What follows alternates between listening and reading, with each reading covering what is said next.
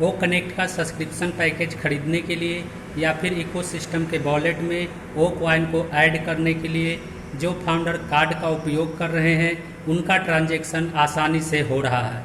लेकिन पिछले वीडियो में कई फाउंडर ने कमेंट किया है कि हम क्रिप्टो के द्वारा ओ कनेक्ट का सब्सक्रिप्शन पैकेज खरीदना चाहते हैं, तो हम किस तरह से क्रिप्टो के द्वारा ओ कनेक्ट का सब्सक्रिप्शन पैकेज खरीद सकते हैं।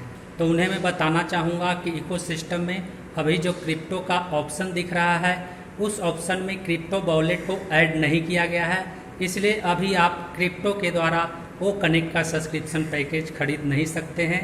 लेकिन बहुत जल्द क्रिप्टो वॉलेट को इकोसिस्टम में क्रिप्टो ऑप्शन के साथ लिंक कर दिया जाएगा। उसके बाद आप आसानी से क्रिप्टो के द्वारा भी ओ कनेक्ट का सब्सक्रिप्शन पैकेज को खरीद सकेंगे या फिर इकोसिस्टम के वॉलेट में क्रिप्टो के द्वारा ओ कॉइन को ऐड कर सकेंगे। अभी जब आप क्रिप्टो ऑप्शन को सेलेक्ट करके पेमेंट करते हैं तो वहाँ पर कुछ रिस्पॉन्स नहीं होता है, लेकिन जब क्रिप्टो वॉलेट को इस पेमेंट ऑप्शन के साथ लिंक कर दिया जाएगा तो जिस तरह से कार्ड को सेलेक्ट करने के बाद पेमेंट करने पर रिस्पॉन्स होता है, उसी तरह से क्रिप्टो वॉलेट को भी सेलेक्ट करने के बाद पेमेंट करने पर रिस्पॉन्स होता हुआ नज़र आएगा।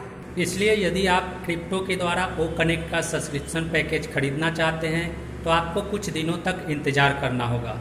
और इसके बारे में इकोसिस्टम के पॉपअप नोटिफिकेशन में भी मेंशन किया गया है कि अभी आप क्रिप्टो के द्वारा ओ कनेक्ट का सब्सक्रिप्शन पैकेज को खरीद नहीं सकते हैं। और जैसे ही क्रिप्टो वॉलेट को इकोसिस्टम में क्रिप्टो ऑप्शन के साथ लिंक किया जाएगा, इसकी सूचना आपको दिया जाएगा। वहीं दूसरा सवाल है कि क्या यदि किसी फाउंडर की आईडी टर्मिनेट हो गया है तो क्या उसे वापस लाया जा सकता है।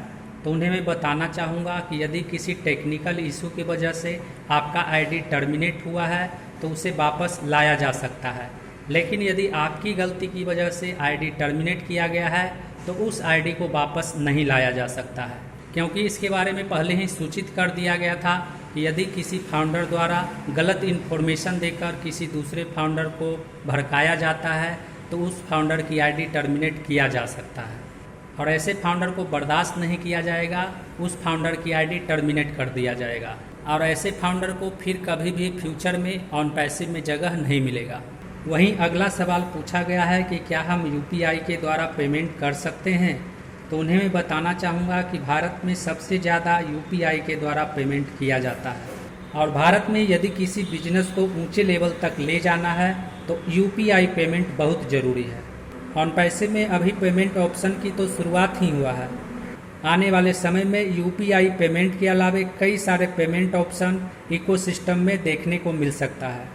यदि आप यूपीआई के द्वारा पेमेंट करते हैं तो आपके पास एटीएम कार्ड जरूर होगा, तो आप एटीएम कार्ड जैसे मास्टर कार्ड और वीज़ा कार्ड का उपयोग करके पेमेंट कर सकते हैं।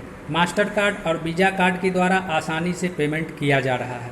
यह कुछ इम्पोर्टेंट सवाल था जो आपके द्वारा पूछा गया है, जिसका जवाब शायद आपको मिल गया होगा। तो आज के इस वीडियो में बस इतना ही। मिलते हैं अगले वीडियो में नए टॉपिक के साथ। जय हिंद।